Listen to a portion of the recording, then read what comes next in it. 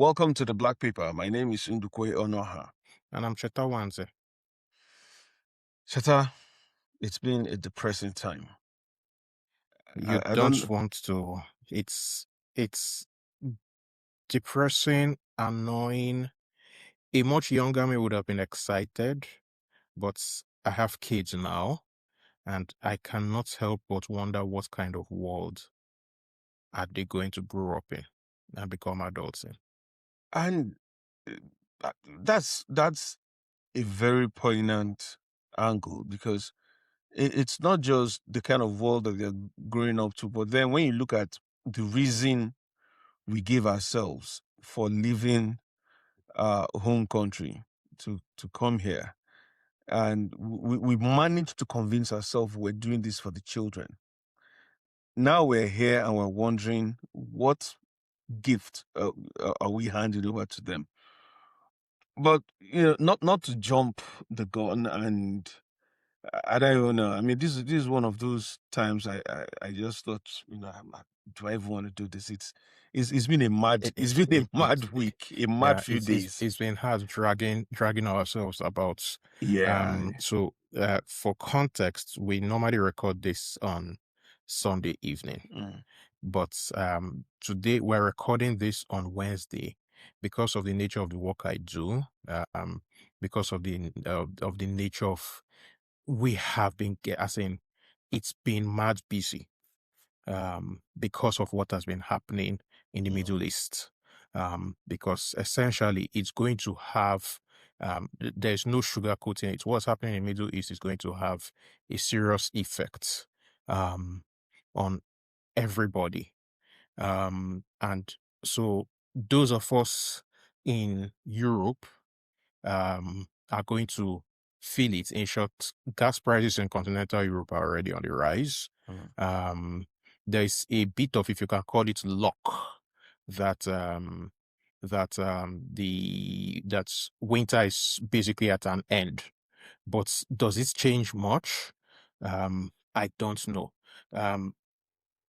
Because the fundamentals are still the same. The Straits of Hormuz is I think that the Americans and the Israelis have made a strategic blunder.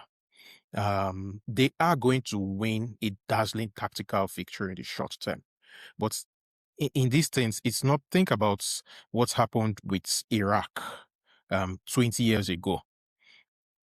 In the short term, there was a dazzling victory.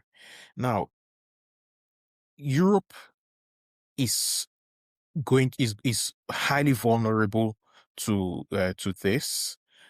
Social unrest will possibly come eventually. Remember that Europe has still been going through a cost of living crisis. mm, Africa, there will be limited direct impacts of what is happening, but think about things like cooking gas.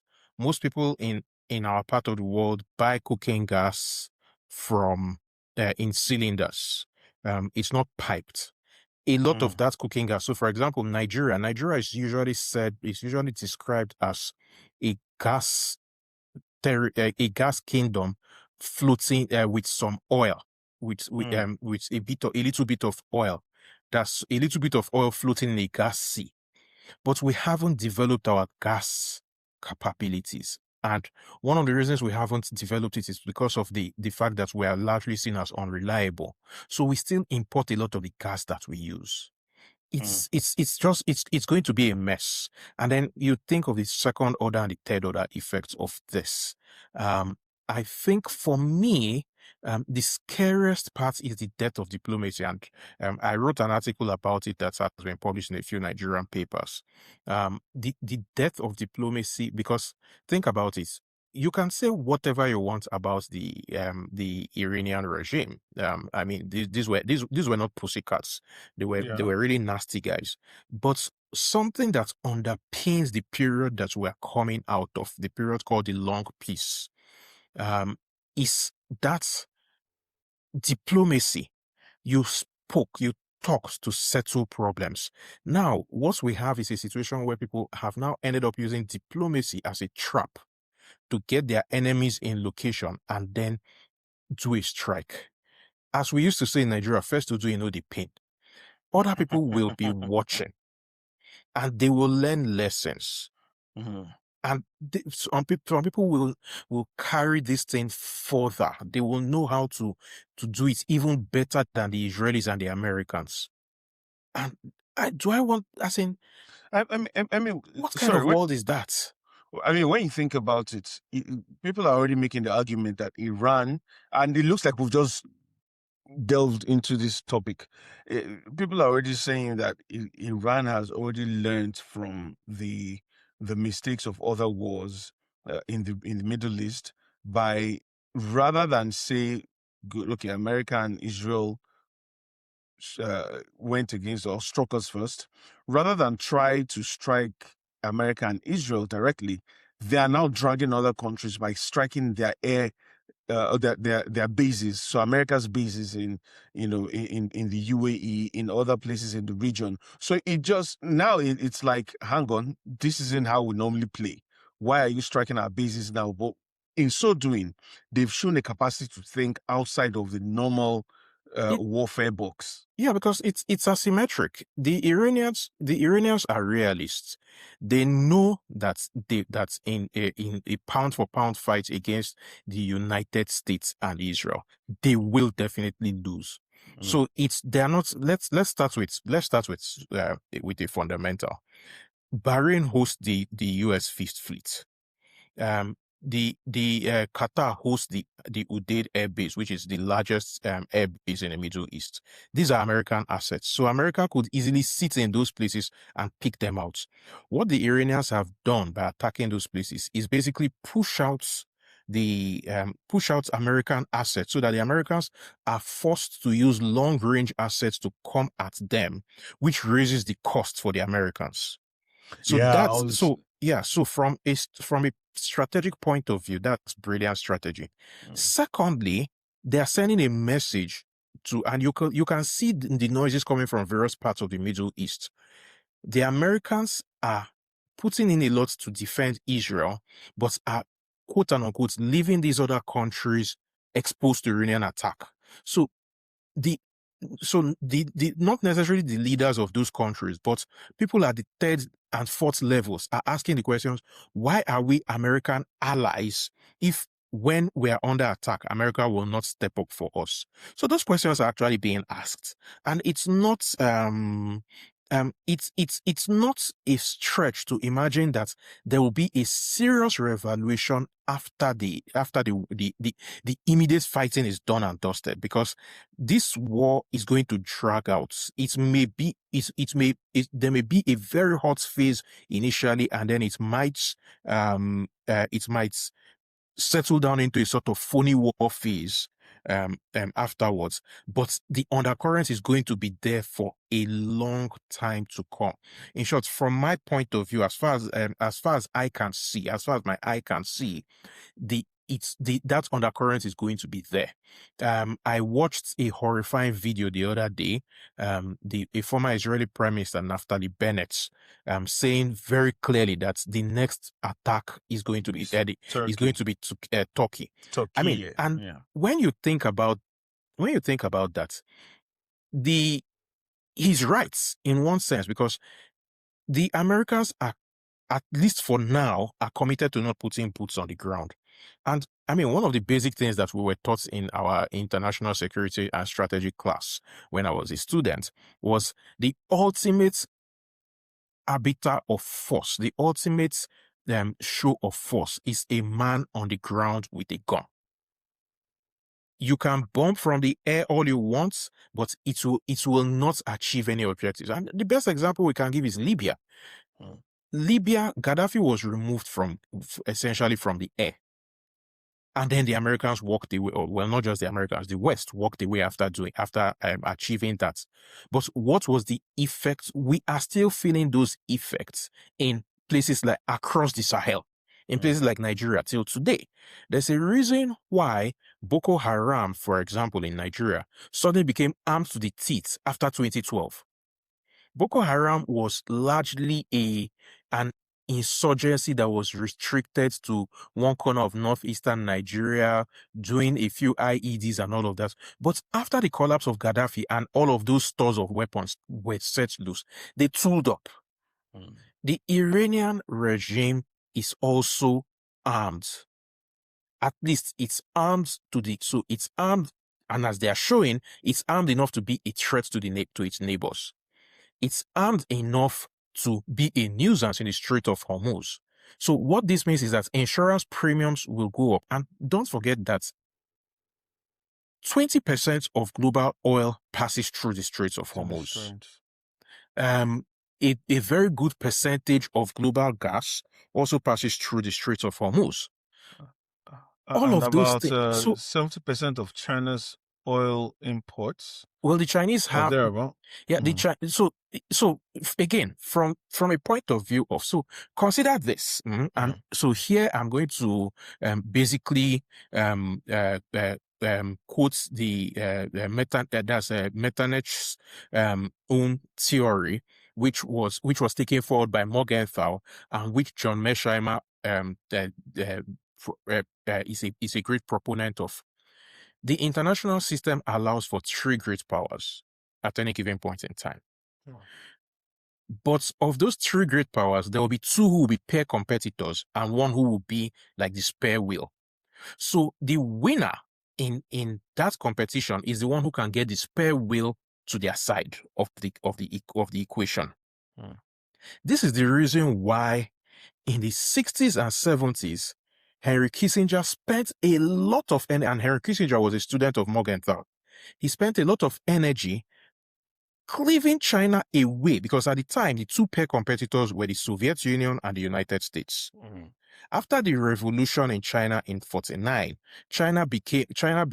China overtook Britain and France and became the 3rd wheel in that equation. But the Chinese were the weakest at the point. Kissinger spent a lot of time the détente with between the US and China, the US de-recognizing Taiwan and recognizing China instead. All of that was Kissinger's work because he understood this. So effectively, China became an ally of the US against the Soviet Union. What has happened over the last decade is that Western actions have pushed Russia, which at the moment, so as we speak, the 2 pair competitors are China and the US. The 3rd wheel in this equation is Russia. What they have done is that they have pushed Russia tighter into China's orbit. And by effectively taking out the Gulf, and this is not in the immediate, but it's definitely a very possible medium-term outcome, in effectively taking out Gulf oil from the equation, Gulf oil and gas from the Chinese equation, China shares a very long land border with Russia, with Siberia. This is where the bulk of Russia's oil is produced. It's not hard for the Russians to it's a land border. They will put a pipeline across. So Russia will become more dependent on China, and that will leave the US out in the cold. And consider that the US is a deindustrialized economy. They don't have the capacity to produce weapons at the scale necessary to sustain a long war. I mean, I was reading something today which says the missiles Iran is lobbing at US bases cost about $30,000 to $40,000 per missile, whereas the interceptors used by America cost about 3 to 4 million. 4 million a head. A head. Yeah. And they need to launch 2. There's a video making the rounds from an Iranian ballistic missile in the air around Tel Aviv. 11 interceptors were launched at it, and all of them missed. So essentially, so the Iranians are playing a game of financial numbers. The Americans need to wrap this up very, very quickly. They need to. And I think so. This is what happens when you have hubris, because if there was any time that the Americans needed to crush the Iranians once and for all, it should have been back in June. when Israel first attacked. Mm. Because the Iranians were able to take the lessons from that. And you can see how, so they did a decapitation strike. They won in the first hour of the attack. Ayatollah Khamenei is dead. A good number of his cabinets is dead alongside him. A good number of his family members are dead. They have had what? 1,000 sorties into Iran. They've been bombing police stations. They've been bombing military installations, but the Iranians are still firing. What does that tell you? It tells you that the Iranians have already, even before this, they already had their chain of command all set up. Mm. I So mean, the it's supposed to system, have gone 4 levels deep the system is not per triangular, coast. Mm. it's pillars. Mm. So, and they've set it up in such a way that remove one pillar, the structure is still standing. In fact, you're not necessarily removing a pillar, you're removing a level of the pillar. Because if each pillar goes down, they had a level of succession, at least 4 succession levels down. So when you take out the top, well, you still have another pillar who will make sure that the underlying pillar is also fortified. However, I think Cheta, where we've strayed so much into Iran, I think we should bring it back Well, to we the don't have UK too and much how. choice because Iran will Mm. affect the UK. It's and going to it's create a already. refugee crisis. Well, even more than that, before the refugee crisis, and we can also look at how it's interesting that just as um, this war, as we've rightly pointed out, is creating a refugee crisis. The Home Secretary is saying refugee status is going to be temporary now. On the same on and in the same week, we've heard different political parties take sides about where they stand in terms of deploying UK assets and UK leadership in the war in Iran. It's just. And we haven't spoken about Denton. I haven't congratulated you on that result. Oh man, look, it's. I'll tell you what's interesting. Yeah, I was in Gorton and Denton about 2 weeks before the election, and even then, I let me not say I had a certainty, but I had a strong suspicion that the Greens would win. Now, did I have a strong suspicion that Labour will come third? No. However, when you go door knocking, and okay, so for those who may not be familiar with this, first of all, when there's no election, you are knocking on every door. You're trying to Jake talk to as Walker. many. Yeah, you're going to try. You're trying to talk to as many residents as you can. Now, this from a councillor point of view, just to get a feel. What are the issues? What can I help with? At least from a Labour Party point of view, because when it comes to canvassing and door knocking, the Labour Party does this well. You will then start from there. From the responses you're getting, there are different levels. On one level, it's hi, I'm a councillor, I want to hear from you. But then when you get into election mode, you are already sorting those who are most likely to vote for you. So that means if Cheta has said, yeah, I might vote for Labour, I don't know, we mark Cheta as someone we want to go back and talk to and ensure that we get him on side. And then when the elections come closer and we know that yes, we finally have Cheta, we are going to go back and remind you that look, there's going to be an election on that day. So 2 weeks to the election, we were talking mainly, if not only, to those who were sure had voted Labour in the past and for whom we believed Labour would be a natural party choice. Well, now here's the thing, Cheta. 2 weeks to that election, I joined a group of people from Derby. We'll go to Gordon and Denton. We're done knocking, and Labour voters are telling you that they're going to vote Green for different reasons. Whether it was the leadership or whether it was Andy Bonham. Again, Andy Bonham came up very, very strongly on the doorstep. If Andy was was a candidate, he would have won. So I went away from that encounter saying to myself, blimey, the Greens have got this, except we do something. So What could you have done? I don't know. And that's the truth. Sometimes but this was Labour's. It's always been Labour's seat for about 100 years. Yes. So for that flip to have gone, and Labour didn't just lose, but went to third position, showed the extent of disappointment even Labour voters had in the past, and that is frightening, because if people were disappointed enough to also give reform which has come out as a result of losing that. It's silly. It's quite interesting. You rant against Muslims, you demonize Muslims, and then you get upset that Muslims did not vote for you, and then your solution is to say, if we ever get into power, we will give only British people the rights. Only British people vote. The dog whistle there is because these guys have always said to themselves, we don't know, who is British, or you might not be British enough. The dog whistle is that we will give only white people the right to vote. So for me, that's what's quite that was weighed me down a lot, for the past 2 weeks, because I've just said to myself, I, things are changing. People are being bold enough to say things that, like somebody said, things that would have had you ostracized a few years ago are now The common. Overton window has shifted. It's Is there still a window?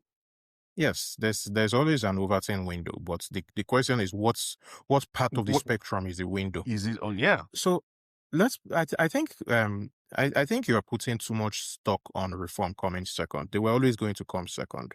And it's so I mean I did it after the whole election thing. I did quite a bit of reading on the on that constituency. And it's a fairly recent constituency, Gotten and Denton. It came into being in 2024, and it's the map. It looks like uh, a sort of hammer, as it were, on the map. Sometimes I wonder what's the. When I look at redrawing constituencies, it that happens in the UK and in the US and in many Western countries. Constituencies are redrawn based on demographic changes and all of that stuff. I always redistricting. I always laugh because can never happen in Nigeria. Our political constituencies have been the same since God talked to Moses. And any attempt, or to paraphrase Apache, any attempt or group of attempted attempts to redistrict will lead to all sorts of trouble. Anyway, back to Gotten and Denton. So Gotten and Denton, the Denton part is majority whites. And the Gotten part has a lot of minorities. So that's mainly white part. That mainly white part is also has a much higher average age. I've forgotten the exact figures, but demographically, it's mainly white and it's mainly older. And they are not the education levels are not as high as in Gotten. That's Is a reform sweet spot. You've just described the reform sweet spot. So reform was always going to perform well in Denton. It was always going to happen. The question was so the real question, which has been answered, was whether Gotten's votes will split between Labour and the Greens. It didn't split. Most of Gotten simply moved over to the Greens. And why? Because the Greens, what has happened since Zach Polanski came to power? Is power the right word? Well, he came to leadership. Since he came to leadership of the Greens, what has happened is that the Greens have slowly pivoted away from all of those esoteric issues about climate and all of that. And they've started addressing the real thing that the Conservatives failed to address for 14 years and Labour has failed to address. The real thing that is worrying people in the UK, when you scratch below the surface, is not immigration. It's cost of living. And when you can speak to cost bread and butter issues, really, and you can show people that, it is not the immigrant next door that is your issue. And that's what Polanski, so that's what Polanski has done very, very well. I mean, look at Hannah Spencer, the babe who won at the election. She is so relatable. She is, I mean, I liked that's her speech. In short, it was the part of it that I really liked the most. There was, so she talked about the fact that she's a plumber and then she just qualified as a plasterer. But my apologies to all of you that You see, that's I just wrote it. I'm going to Parliament because I yeah, knew yeah, yeah. that was what you were going to say. My apologies to all of you who have booked me. I'm not going to come because I'm going to Parliament. And See, I liked. Did but you watch Cheta, the? you see, Did you wait? Wait. Did you watch the James O'Brien show about this? When he yes. played it, and then the comments he made after that was hilarious. He said, "Typical plumber." Abandon Yeah. you as soon as a Another better job job comes comes along. along. I say when I heard that thing, I laughed. I saying No, but you it was see, as hilarious. for me as a comms person, that is what I've always been harping on about. The problem with the Labour Party is not the policies, because the Labour Party has enacted some of the most ground shifting policies in a very long time. Renters' right, workers' right, uh, uh, the free school meals that come up, after school clubs and all that. These are things that have not been seen in a very long while. However, the problem is not the policies. The problem is not communicating the policies and communicating the whys of the policies. Because is one thing to say, look, we have done this, but it's another to say, this is why we have done this. What Zach Polanski has managed to do since he became the leader of the party is to say, this is why we exist. This is why we're coming out every day talking to you. This is why green. So when he talks about hope, when he talks about make hope normal again, and he keeps on going saying, look, we're going to do this, and we're going to do that by taxing the super rich who, I like the line where he says, who do they just sleep in the time it takes for them to sleep and wake up. They've made much more money than X amount of people will make in the UK. Now, is that populist? Yes, it is. However, is it well articulated? Bloody hell, yes, it is. And that is the difference that we see in the way they are communicating and how we're communicating. But even to make things worse for my party, they have also taken a stance against reform. They've said, look, we're going to be the bulwark against reform. So reform is saying all the problems in the world, says, to quote you, God spoke to Moses, was caused by migrants. Whereas on the other hand, these guys are saying, no, it's not the migrants that have done this. It's you people who are trying to make us blame ourselves. So what you then see is, on one hand, your average Brit is asking themselves, that's interesting, this cost of living thing. But then the migrants that reform, and again, who we speak to as our primary target audience for this podcast, they're saying to themselves, finally, somebody that understands our contribution to the UK.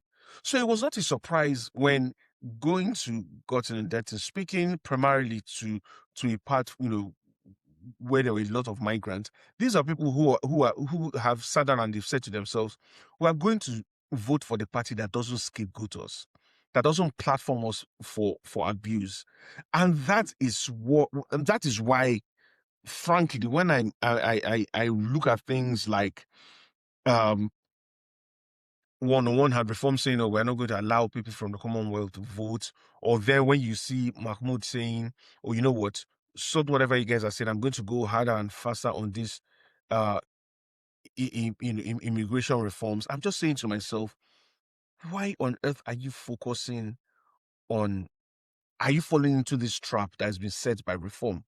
Because now, where we're seeing that the net zero, that the migration figures might fall to net zero, where we see the universities are under stress, we see that, And I want us to talk about that in the second half, the okay, university specifically. you know what? Maybe let's do that. Let's go for a short break, because then when we come back, we can look at just domestically how the frankly despairing state of politics is not getting better, sadly, but getting worse. No wahala.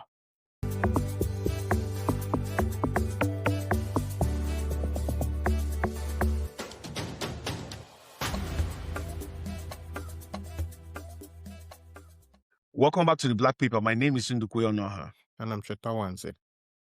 Cheta, over to you. You want to talk about universities, you want to talk about immigration, you want to talk about numbers and money. I mean, I don't want to dwell too much on it, but it's just that it's necessary to talk about, because one thing I don't want is for this podcast to become even though yes, our primary constituency, are experts. I always like to use that word.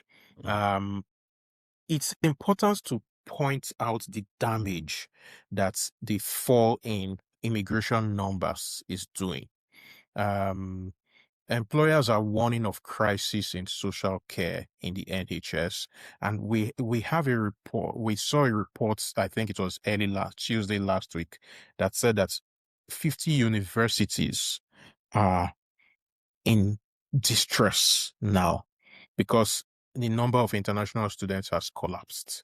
The international student admissions has basically collapsed. Now, why is it that international student admissions have collapsed? The Rishi Sunak government put in a clause, basically people who were coming as students could not come with dependents anymore. That removes the incentive for a lot of mature students. Because someone who is doing, I mean, I have two masters. One I did when I was single.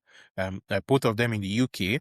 The first one, which is a master's in computer networks and internet security, I got in 2006. I was still very much a young man, single, and all of that. And after working here for a bit to gain experience, I went back home. Now, somewhere along the line, I pivoted in my career, and I became a journalist, and from there I fell into geopolitical research, and that's what I've been doing. I find that I enjoy it a lot more than I used to enjoy coding, a lot more. And eventually a time came when you need to get a qualification in this. And it just so happened that this was about the time that, there was so much, the Lekki massacre happened. My wife got a job here and all of that. And so we moved. Now, I am the dependent on my wife. She has become a permanent resident. In terms of your visa category. In terms of my visa category. But consider this. If I was the primary, based on Rishi Sunak's law ruling, I would not have been able to come. If I was the primary, I would not have been able to come with my family. That immediately removes the UK as a destination for a lot of people. And when you go to a city like Hull, Hull is literally built. The university is very important to Hull. If you remove that from the city of Hull, that city will basically, it's as things are, it's already in UK terms, it's already a very poor city. You remove that university, then Hull becomes Grimsby, which is not too far from it. And Grimsby is grim. So why are they doing this to themselves? It's baffling. And it's the madness of Brexit that has simply continued. So the UK is in this weird position where the UK is in effect a middle power that still has as pretensions of being a global power. So we are going back into geopolitics. They are still suffering from empire overhang or hangover.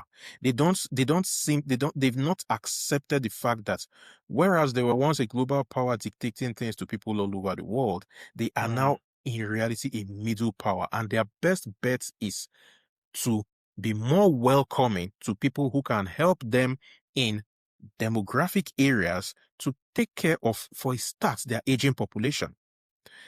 I I mean, I've quoted this stat before, that when the Belvedere report was done, the Belvedere report, which led to the creation of the welfare state, which includes the NHS, the you had, what was it? 8 working people to 1 pensioner. Now it's more like 3 to 1. You need people to pay for this. Mm. For this life expectancy, when the welfare state was created, was in the late 50s. Now it's in the early 80s. People are living longer, which Mm. means that they are more stress. And this same kind of thing is happening in France. At least in the UK, they've had conversations about raising the retirement age, and I think they've done it twice. I would have to confirm that. In France, you can't even talk about raising the retirement age. People will hit the streets. I mean, again, to be fair, people hit the streets for all sorts in France. So, No, those ones are very militant. So, but the key thing, and mm, I did some research, of course, after the news of that about 50 universities were in financial distress. They did something very wise. They didn't name the universities, mm, but I did some research to look through as much financials as I could get, and one of my alma maters, Middlesex, appears to be, again, I can't say for certain that mm, it is on the list, but it appears to be having financial difficulty, and it makes sense. Middlesex University went all in on international students. When I did my master's there in 2006, as in international students were, as in the students union was basically run by international students, mm, Nigerians. I remember Kana, Ayo, Violet, Carl, all Nigerians, all basically running the students union, and all of that. So the interesting thing was that both Violet and Carl had been undergraduates with me in Uniben. mm. That's in the University of Benin. So there was already that thing. So it's just interesting and a bit sad to watch a people willfully doing damage to something that has brought so much prestige and so much economic activity Mm. to their country. It's very sad. Well, so, and to play though the devil's advocate, um, because there's news already. Shabana Mahmoud has said, she's halting immediately visas to people from Afghanistan, Afghanistan, Cameroon, Cameroon, Myanmar, yeah, Sudan, because people come from those countries on student visas, and then then claim claim asylum. asylum.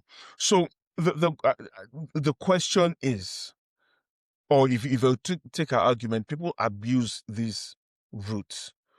So isn't there the responsibility to ensure that if you say you're coming as a student, make sure you're here as a student rather than use that as a legal route for a different purpose. So, I mean, you're not playing devil's advocates. You are. I mean, it's a fact. Um, people, whenever you have a system, people abuse the system, and any government will want to. Any responsible government should try to close such loopholes. Mm, Um, so I think that rather than an outright ban, because I'll give an example. There's a guy who is still in prison in Cameroon, as far as I know. I'll need to check whether he's been released. Fidelis Nche, very brilliant computer scientist.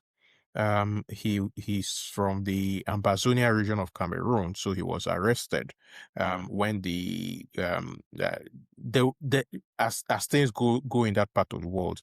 There's no real evidence that links him with the separatist movement, but because he's a prominent chap, he was living in Nigeria. He had set up an IT firm in Abuja, Quantech, doing quite well, and then they called him he was called to Cameroon for a meeting, and then basically arrested and disappeared from there. He studied in the UK. Now, when you have those kind of governments, Mm. it makes the case for an asylum claim. And so one of the things that is happening, one of the things that horrifies me is when I hear all sorts of people on the right of politics in the UK talking about withdrawing from the European Convention for Human Rights.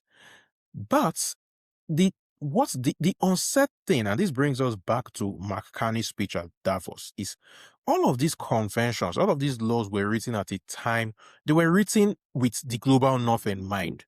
They were written shortly before the independence wave spread across Africa and Southeast Asia. So people from those parts of the world are taking advantage of those laws, and suddenly people from the global north do not feel comfortable with those laws anymore.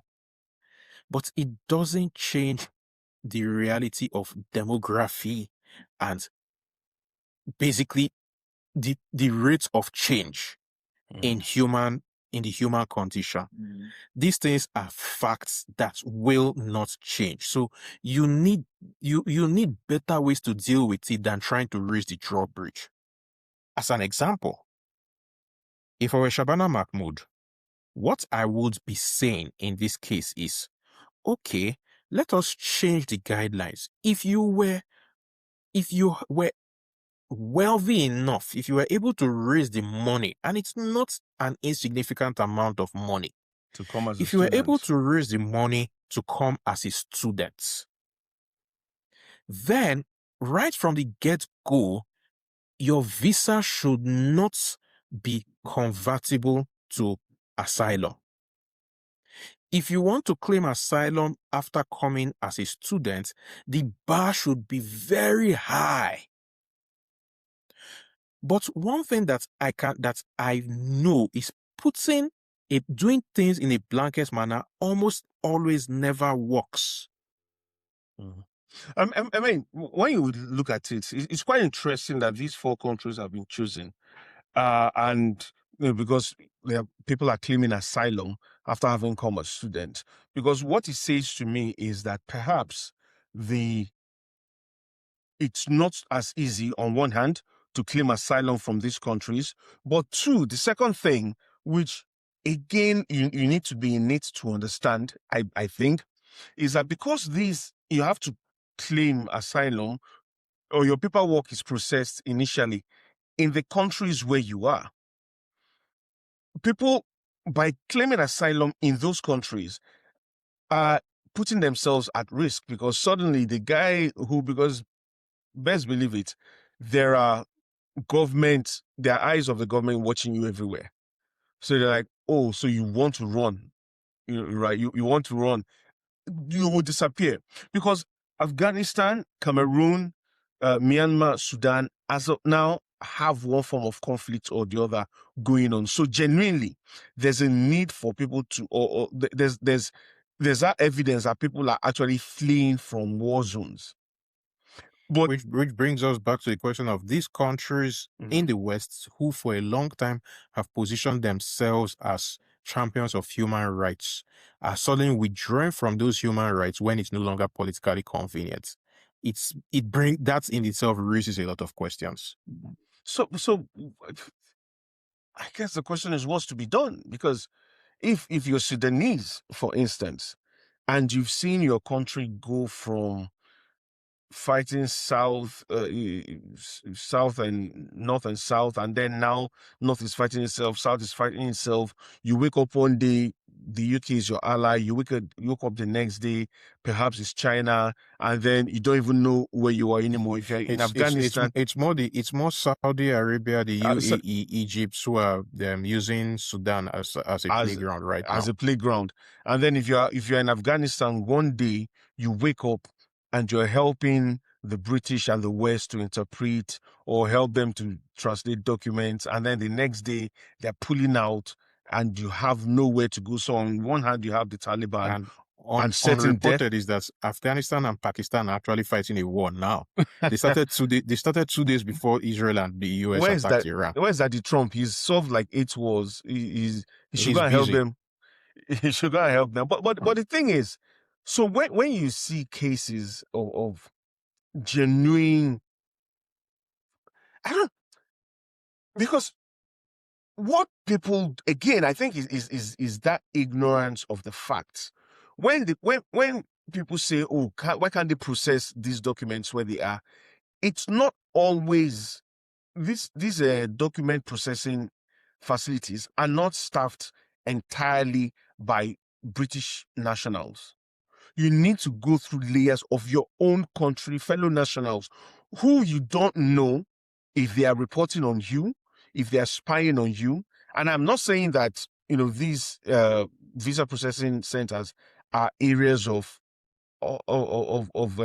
surveillance. However, But you can't rule out the you can't possibility. rule out the possibility. So when someone decides, right, okay, I'm going to take all my life savings, I'm going to put it into an application that says I'm coming for studies, when, to be fair, I'm actually trying to run.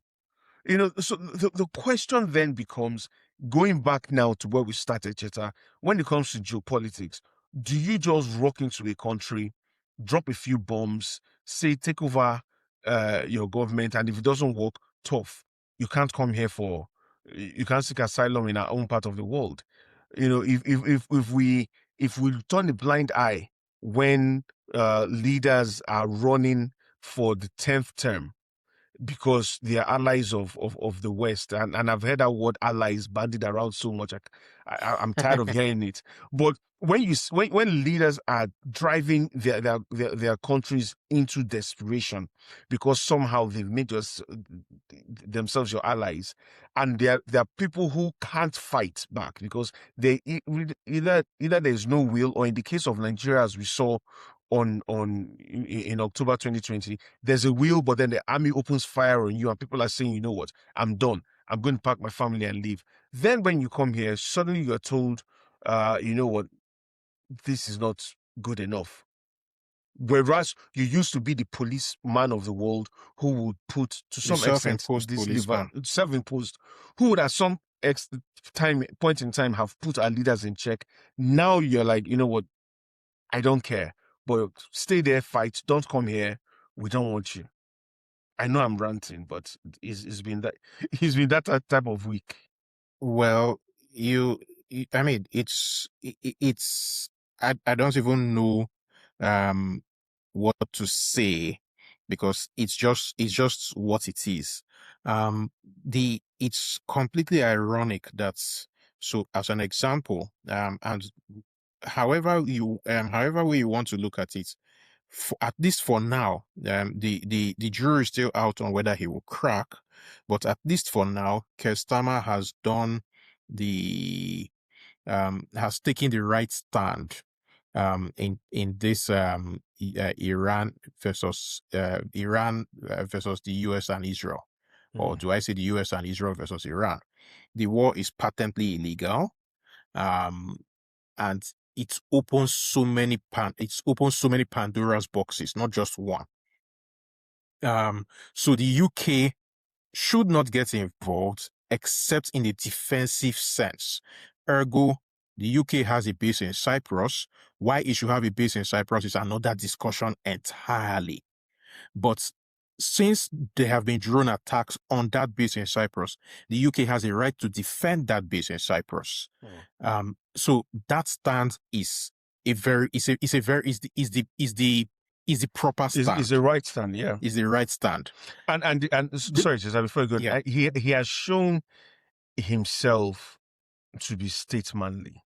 I wouldn't use the word statesman. What I would say is he has shown himself to be a proper lawyer.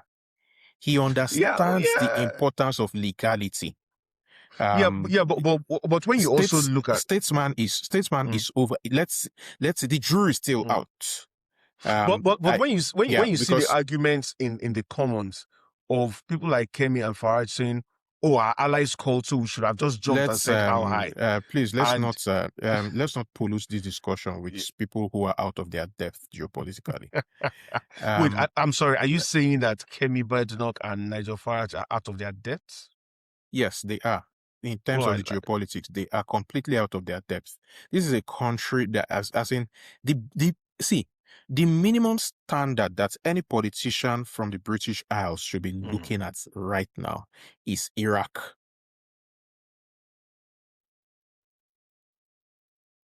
the evidence is very clear that the Americans under George Bush had decided to attack Iraq come what may. Mm. The difference between Iraq in 2003 and Iran in 2026 is that George Bush at least attempted to do the whole song and dance of trying to convince the international community.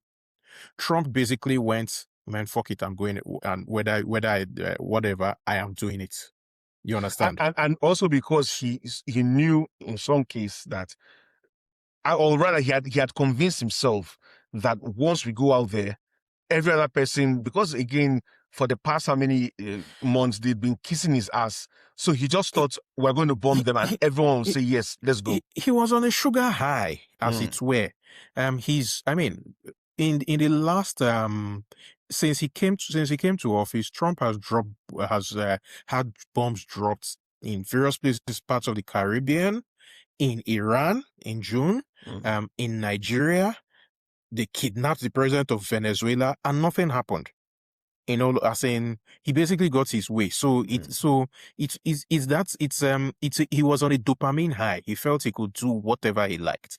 I think a lot of the conversation does not completely ignores the real bad guy in all of this, who is Benjamin Netanyahu. Because this is something Netanyahu, I mean, he admitted it just a few days ago. It's something he has been wanting to do for 40 years. And he has found somebody who is willing to do it. Again, I think I'll be at pains to stress that the Iranian regime were not pussycats. But for someone like me who comes from a global south country, I am very, very frightened of the second and third order effects of these wars that has just been created. Especially, and I'll keep going back to that, especially in that thing that we've created where the cabinet of a country, the sovereign cabinet of a country, can be sitting in a meeting and they just get wiped out. The the effect of that is going to be ridiculously, as in it's going to reverberate down the decades. Me and you will be dead and gone, and the world will still be feeling the effects of that behavior. And we've not even started talking of the fact that killing the Ayatollah was in many ways the equivalent of killing the Pope. and in fact, and I think there's something. It's we've been talking about it from an angle of U.S., Iran, Israel at one corner just pulling strings. However, when you look at the reaction of some of the Muslim populations in different countries, like Nigeria, for instance, when you had some demonstrations going on because of this, and we're sat there like, wait, hang on, why is this happening? However, the influence of Nigeria in the sorry, of Iran in the Sahel, the influence of that government and the Ayatollah and the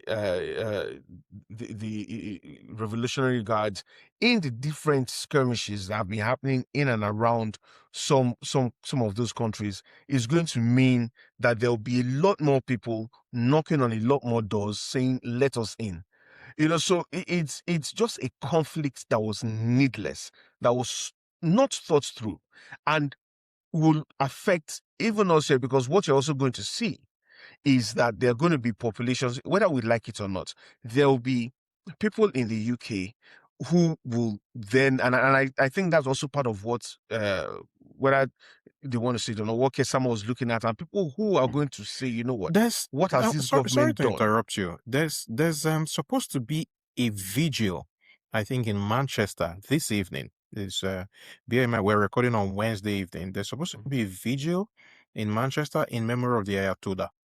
And a lot of people, so for example, on Nick Ferrari's show this morning, there were people who were expressing disgust.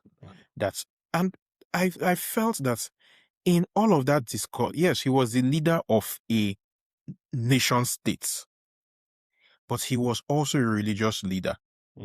The population of Iran is 90 million, thereabout 92 million. But there are about 300 million Shia Muslims in the world. He was their religious leader. Yeah. And people need to take that into account. I fear that a serious can of worms has been opened. And it hasn't, it also has not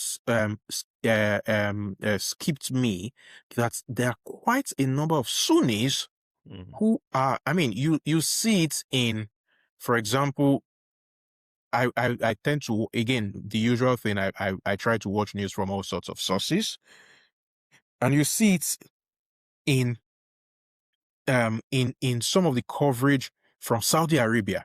There's an underlying sympathy towards the Iranians. It's not on the surface, but it's there. Mm. And I'm one thing that I'm really afraid of, to be honest, is religiously motivated wars, Mm. because there's no telling what a man will do when he believes that God is telling him to do it. In fact, I mean, the the way the death of the Ayatollah has been reported by the Iranians, it's not that he was killed; it's that Yeah, he's been martyred. he's such he He, actually wanted it. he Yeah, has so, and he has one sipped of the from the worst sweet things cup of that's, martyrdom. yeah, one of, and it was pointless. This Mm. was a man that was that would, we're in Quarter to March. go. Yeah. We're in March. In April, he would have turned 87, Mm. and he had terminal cancer. So why not just wait for nature to do its thing? I'll tell you why, or my personal suspicion is that immediately the Wall Street Journal and was the other paper broke the news that the FBI had uh, hidden away like 4 interviews of some women that had accused Trump of playing with them. It was inevitable that he was going to try and distract, because that is what Trump does. So that's particular. So I'm not going to say that I don't buy that conspiracy theory. I don't, for the record. Mm. But it's too easy to reach out to.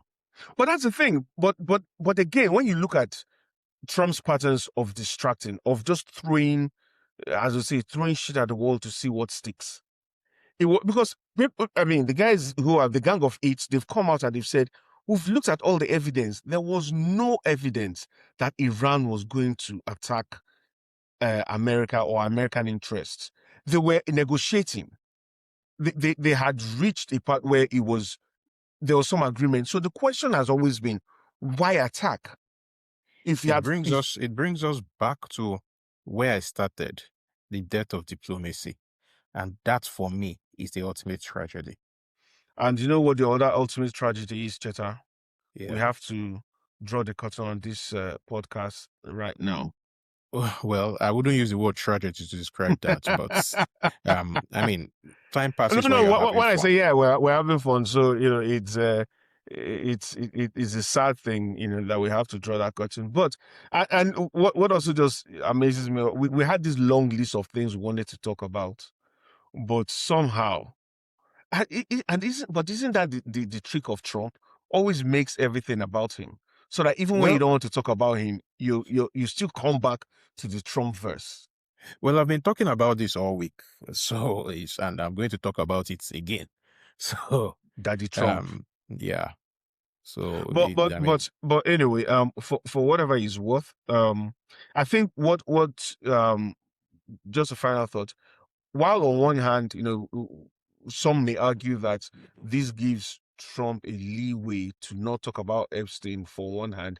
On the other hand, domestically, it has also removed, at least for now, any conversation about from the fallout of Gorton and Denton and the threat to Keir Starmer's premiership. Because there are so many people that the Iran thing has cleared their desks yeah, for yeah, now. yeah. So whilst it's never a good thing, I'm sure there are some people who are heaving a sigh of relief, even if not so much, but at least the eye of the world has gone towards the east or the Middle East, and no one's talking about Them them and for their now. woes now.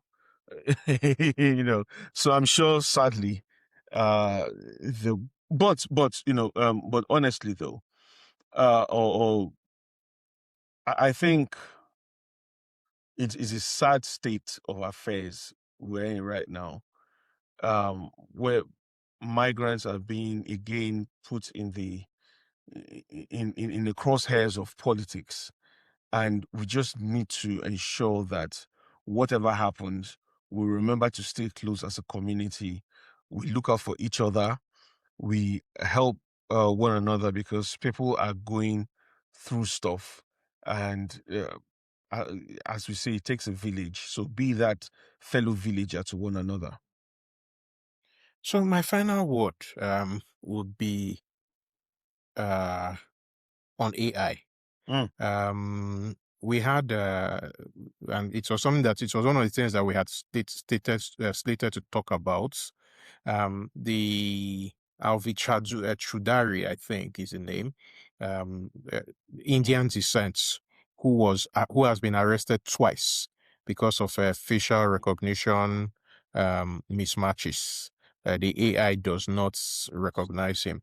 Now, I want to relate it. we all look alike, don't we? It's yeah, we all look at. I want to take a leap and relate it to the quarrel that happened in the U.S. last week between Anthropic and the the the Pentagon, um, where the Pentagon basically wanted um, the guardrails in Anthropic's AI Claude removed Mm, for use in autonomous weapons. Now, this is important because autonomous weapons are weapons that are run by AI, and human decision making is removed entirely. When you live in an environment where the AI does not properly recognize people mm. and then it makes decisions, there's trouble ahead. And remember that these AI have been trained with the thought pattern, with the worldview of one particular section of the Of the world. world. Yes. So that is it's very, very scary. Mm. But like I said, I am as a father, I'm now genuinely frightened of the kind of world my children are growing up in. Well, my goodness, that makes for a very, very scary bedtime story, Cheta. I wonder how we're all going to sleep tonight. But all jokes aside, that is something to really, really think about. Once governments start leaning in heavily into AIs, there's talk. The Justice Secretary David Lammy thinking of how to use AI in court and court decisions. Now that is that scares the shit out of me because uh, while I don't know the extent to which the AI will be used in those court decisions, however, if if fiction and imaginations are anything to go by, I mean, just think of a case where, I mean, there's a movie now where you have to go before an AI judge and solve a crime or to prove your innocence, and if the AI judge is not satisfied, that's it for you. But it's just things like that. We do need to put those guardrails. We do need to ensure that we are part of the conversation. And I don't know, when people from our communities are not involved in either the development or the management of this AI and training the large language model, and to recognize speech patterns and thinking from our communities, yet again, it looks like we're going to be fall victim of a system that was designed not with us in mind, but will be applied heavily to make decisions around us. And I know that's a very, very heavy place to live things, but it's what it is. The world is changing. How do we change with it? How do we change with it? Okay, Ndukwe, Chata, catch you for. see you at the next one.